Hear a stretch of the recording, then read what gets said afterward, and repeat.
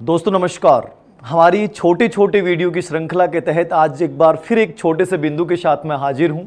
इस समय जो समय चल रहा है बड़ा संक्रमण का दौर चल रहा है, चाहे वो कोरोना महामारी की बात करूं, चाहे रिट के एग्जाम को लेकर करूं। बहुत से बच्चों में कन्फ्यूजन हो रहा होगा 2 दिन से कि सर क्या रिट का एग्जाम होगा टाइम पे कि नहीं होगा।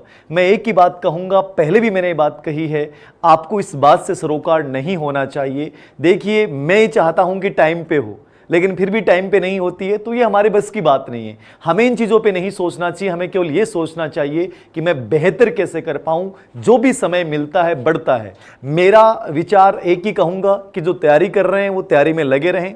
जो परिणाम आना है वो 1-2 दिन में आ जाएगा।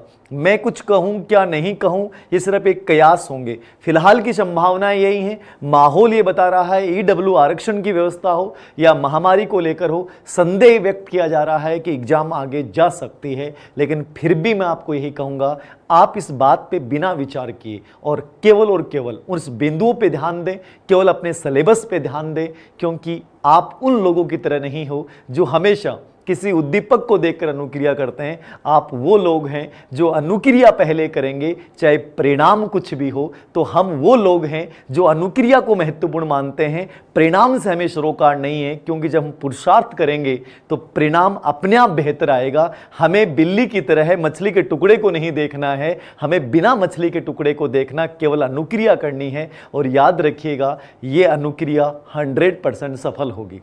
आज इसी श्रृंखला के अंतर्गत, इन्हीं छोटे छोटे वीडियो की श्रृंखला के तहत एक बहुत ही महत्वपूर्ण बिंदु के ऊपर अपन चर्चा करने जा रहे हैं। जब हम सीसी पढ़ते हैं तो सीसी का कुछ इंपॉर्टेंट पार्ट बता रहा हूं। सीसी बहुत बड़ा पार्ट है, लेकिन सीसी का कुछ इंपॉर्टेंट पार्ट की मैं चर्चा करूंगा। और इंपॉर्टेंट पार्ट क्या है, सीसी का मतलब क्या है? कॉन्टिन्यूअस एंड कॉम्प्रिहेंसिव इवैल्यूएशन, सतत और व्यापक मूल्यांकन। समझिए, शॉर्ट में अपन इसकी क्या क्या चीजें देख सकते हैं जिनके ऊपर प्रश्न बन सकता है। बहुत बड़ा टॉपिक है, मैं वही चीजें बताऊंगा जो हमने किताब में डाल रखा है, अवनी मनोविज्ञान में इसका पार्ट। वो पार्ट याद रखना, वो है जो राजस्थान सरकार द्वारा वर्तमान में जितनी चीजें चलाई गई हैं, कंप्लीटली सीसी उसी का ही एक प्रकार से सारगर्भित विश्लेषण है। मैं यहां भी जो बात कर रहा हूं, बहुत इंपॉर्टेंट चीजों की चर्चा कर रहा हूं। परीक्षा में प्रश्न क्या आता है, किसी टॉपिक को कितना पढ़ते हैं, वो महत्वपूर्ण नहीं है। आप महत्वपूर्ण ये है कि मैं जो पढ़ रहा हूं वहां से प्रश्न कैसे आने हैं और किन चीजों से प्रश्न आने हैं, ये समझना है। सबसे इंपॉर्टेंट पार्ट है सतत व्यापक मूल्यांकन। इसमें से क्या प्रश्न आपसे पूछेगा ये समझिएगा। कॉन्फिडेंस याद रखिएगा, बहुत गजब का रखना है। दिमाग में निराशावादी विचार कदापि मत ले आना। हमेशा हंसते रहें, जिंदगी में बहुत आगे जाएंगे। आज आपको ये बाल कलरफुल दिख रहे होंगे, बच्चों ने कंप्लीटली नहला दिया है। शर्ट भी अचानक से मंगा के भी पहना है, ठीक है। ये बच्चों का मेरे प्रति प्यार है कि जब बैच पूरा होता है तो इतना प्रेम देते हैं कि खुशी होती है कि मैं उनके लिए बहुत कुछ करूँ। और ये अपने आप में एक टीचर के लिए बहुत बड़ी अभिभूत करने वाली बात होती है। खैर छोड़िए, बात कर रहे हैं अपन सतत व्यापक मूल्यांकन सीसी की। सतत और व्यापक, सबसे अधिक प्रश्न जो पूछा गया वो यही पूछा गया है। सीसी की जो शुरुआत हुई वो सीबीएसई द्वारा कब हुई? 2009-10 में, ठीक है। और कक्षा 9 से इसकी शुरुआत हुई सीबीएसई ने। लेकिन सीबीएसई से हमें कोई फर्क नहीं पड़ता। राजस्थान रेट की तैयारी कर रहे हो तो आपको दिमाग में रखना, राजस्थान में शुरुआत कब हुई? 2010-11। और कहां से शुरुआत हुई?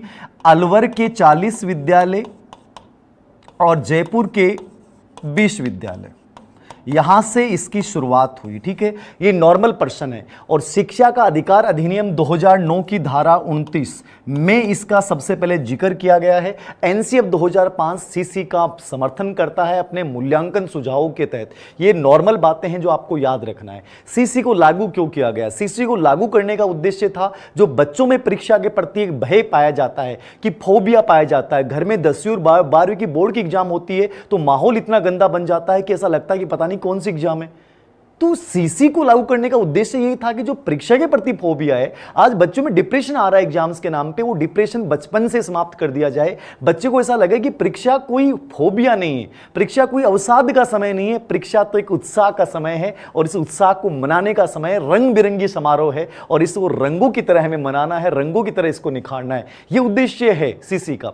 तो एनसीएफ 2005 और आरटी 2009 में इसका समर्थन किया गया। और आरटी 2009 ये कहता है कि बच्चों में परीक्षा के प्रति भय को समाप्त करना, शिक्षा में गुणवत्ता की व्यवस्था करना, सर्वांगीण विकास पे बल देना और बालक में विद्यालयों के प्रति ठहराव को सुनिश्चित करना, नामांकन को बढ़ाना, ये सब इसके एक नॉर्मली उद्देश्य हैं। स्पेशली आप याद रखिएगा, परीक्षा के प्रति भय को समाप्त करना ये सीसी का मूल उद्देश्य है।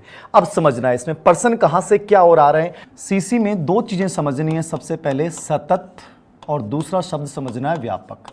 सबसे अधिक प्रश्न इन दोनों पे पूछे गए। राजस्थान में सीसी का वर्तमान नाम कर दिया गया है SIQE, state initiative quality education. ठीक है, सतत का मतलब क्या है इसको समझना और व्यापक को समझना। सतत का मतलब है निरंतर रूप से आकलन किया जाना, जिसमें इकाई योजना भी आती है, जिसमें निदानात्मक परीक्षण भी आते हैं, जिसमें उपचारात्मक परीक्षण भी आते हैं, और बच्चे को अपन समय समय पर जो फीडबैक देते हैं वो कंप्लीट प्रक्रिया के शब्द को व्यक्त करता है सतत। सतत का मतलब क्या हो गया, नियमित रूप से पूरे वर्ष भर साप्ताहिक रूप से या प्रतिदिन रूप से बच्चे का नियमित रूप से आकलन दर्ज किया जाता है, बच्चे का निदानात्मक मतलब मूल्यांकन किया जाता है, उपचारात्मक मूल्यांकन किया जाता है, शिक्षण की व्यवस्था की जाती है, समय समय पर बच्चे को फीडबैक दिया जाता है। इस संदर्भ में क्या सतत, सतत का शब्द का अर्थ क्या हो गया, निरंतर हो गया। व्यापक का मतलब क्या है, व्यापक का मतलब है शैक्षिक और सह शैक्षिक। इसमें शैक्षिक भी आ गया और क्या आ गया, सह शैक्षिक भी आ गया। अब समझिए शैक्षिक और सह शैक्षिक क्या है। शैक्षिक का मतलब है कि क्लास में मेरे विषय पढ़ाने के बाद आपने क्या सीखा, इसका जो मैं मूल्यांकन करूंगा वो शैक्षिक मूल्यांकन है। विषय वस्तु का जो मूल्यांकन किया जाएगा वो शैक्षिक मूल्यांकन है। सह शैक्षिक का मतलब है क्लास में अनुशासन में कैसा है, प्रेयर में कैसा है, सांस्कृतिक गतिविधियों में कैसा है, समाज SPW कैंप में बच्चे का प्रदर्शन कैसा है, इन सभी गतिविधियों का जो मूल्यांकन किया जाता है वो कौन सा है, सह शैक्षिक। तो व्यापक शब्द किसको व्यक्त करता है, कक्षागत मूल्यांकन भी और कक्षा से बाहरगत मूल्यांकन भी, इन दोनों को जो व्यक्त करता है वो कौन सा शब्द है, व्यापक। सतत, व्यापक, मूल्यांकन। मूल्यांकन का मतलब है इन दोनों के आधार पर डिसीजन देना, निर्णय प्रदान करना, ये सीसी का शाब्दिक अर्थ है। सबसे अधिक बार पूछा गया प्रश्न सतत और व्यापक है। अब देखिए सीसी की जब अपन बात करते हैं तो सीसी में अपन 3 मूल्यांकन की बात करते हैं। कितने मूल्यांकन की बात करते हैं, 3 मूल्यांकन की बात करते हैं। कौन कौन से 3 मूल्यांकन स्पेशली होते हैं। पहला होता है आधार रेखा मूल्यांकन। कौन सा मूल्यांकन, आधार रेखा मूल्यांकन, जिसको अपन बोलते हैं बेस लाइन इवैल्यूएशन। क्या है ये आधार रेखा मूल्यांकन, किसको बोलते हैं, क्लास में बच्चा जब भी आएगा, दूसरे विद्यालय से बच्चा जब भी आएगा तो हमें कैसे पता चलेगा कि बच्चे का शैक्षिक स्तर क्या है। उस शैक्षिक स्तर को जो निर्धारित करने का मूल्यांकन है वो आधार रेखा मूल्यांकन है। यानी सबसे पहले अपन बच्चे का बेस तय करते हैं कि बच्चा कौन सी क्लास के किस लेवल के अकॉर्डिंग है, बच्चे को क्या आता है और क्या नहीं आता है। ये जो शैक्षिक स्तर निर्धारित किया जाता है इसको अपन बोलते हैं BLE आधार रेखा मूल्यांकन। एक तो ये समझना है। दूसरा होता है रचनात्मक मूल्यांकन, जिसको अपन बोलते हैं निर्माणात्मक मूल्यांकन। फॉर्मेटिव FA1 FA2 इस प्रकार बोला जाता है, या इसको निर्माणात्मक मूल्यांकन भी आप बोल सकते हैं, फॉर्मेटिव असेसमेंट। सीखने सिखाने की प्रक्रिया के दौरान नियमित रूप से आकलन दर्ज करना। मैं प्रतिदिन सिखाता हूं, सिखाते समय बच्चे को देखता हूं कि बच्चा क्या सीख रहा है, तो नियमित रूप से जो आकलन दर्ज करने की प्रक्रिया उसको अपन बोलते हैं फॉर्मेटिव असेसमेंट। रचनात्मक मूल्यांकन जो हमेशा क्या होता है, निदानात्मक रूप में भी होता है और उपचारात्मक रूप में भी होता है। निदानात्मक भी होता है और क्या होता है, उपचारात्मक रूप में भी होता है। ये याद रखना, रचनात्मक मूल्यांकन क्या होता है, नियमित रूप से आकलन दर्ज करना। उसके बाद 3 नंबर पे मैं बात करूंगा, सबसे महत्वपूर्ण मूल्यांकन है इसका योगात्मक मूल्यांकन। कौन सा मूल्यांकन, योगात्मक, समेटिव असेसमेंट। योगात्मक क्या है, SA1 SA2 SA3 इस प्रकार से होता है। राजस्थान में वर्तमान में 3 योगात्मक मूल्यांकन लिए जाते हैं, जिसमें 5वीं और 8वीं क्लास में केवल 2 ही योगात्मक मूल्यांकन होते हैं। समझना योगात्मक मूल्यांकन का मतलब क्या है। योगात्मक मूल्यांकन का मतलब होता है निर्धारित समय के बाद निर्धारित पाठ्य वस्तु का किया जाने वाला मूल्यांकन। अपने टाइम में जो अर्धवार्षिक परीक्षा और वार्षिक परीक्षाएं होती थी वो एक प्रकार से कौन सा मूल्यांकन था, वो योगात्मक मूल्यांकन, समेटिव असेसमेंट होता है।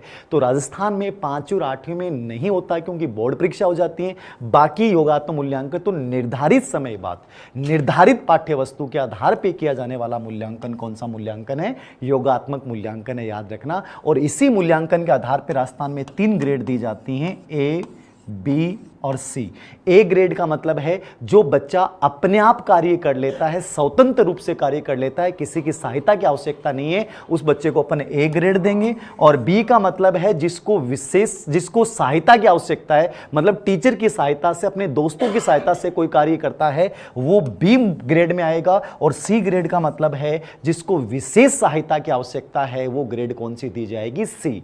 तो योगात्मक मूल्यांकन के आधार पर अपन 3 ग्रेड देंगे, ए, बी और सी।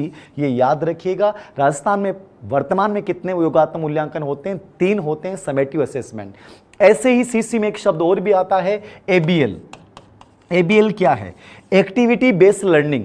एबीएल कक्ष आजकल बोला जाता है, सीसी के अंतर्गत प्रयुक्त की जाने वाली सामग्री है। पहले लहर कक्ष होते थे, गतिविधि आधारित अधिगम, बच्चे को करके सिखाना है। स्पेशली कक्षा 1 से 2 तक होता है, लेकिन इसका प्रयोग अपन दूसरी, तीसरी, चौथी, 5वीं के बच्चों के लिए भी कर सकते हैं। ये होता है एबीएल, एक्टिविटी बेस्ड लर्निंग। ठीक है। सीसी हमेशा याद रखना बाल केंद्रित होता है, बच्चा इसके प्रधान में होता है, ना कि शिक्षक इसके प्रधान में होता है।